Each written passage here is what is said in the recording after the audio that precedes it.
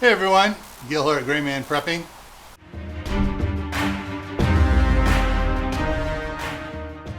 On this episode of Your Prep for Today, I want to talk to you about molasses.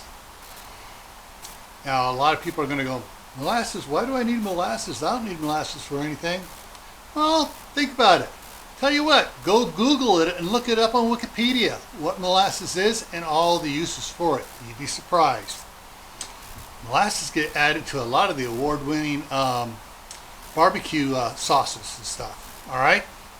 Now, if you happen to have bags and bags of regular granulated sugar and you have a recipe that calls for brown sugar, guess what makes regular granulated sugar brown sugar? Molasses.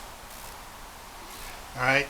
So, molasses is something to have. You may not use it often. You should have some of it in your preps.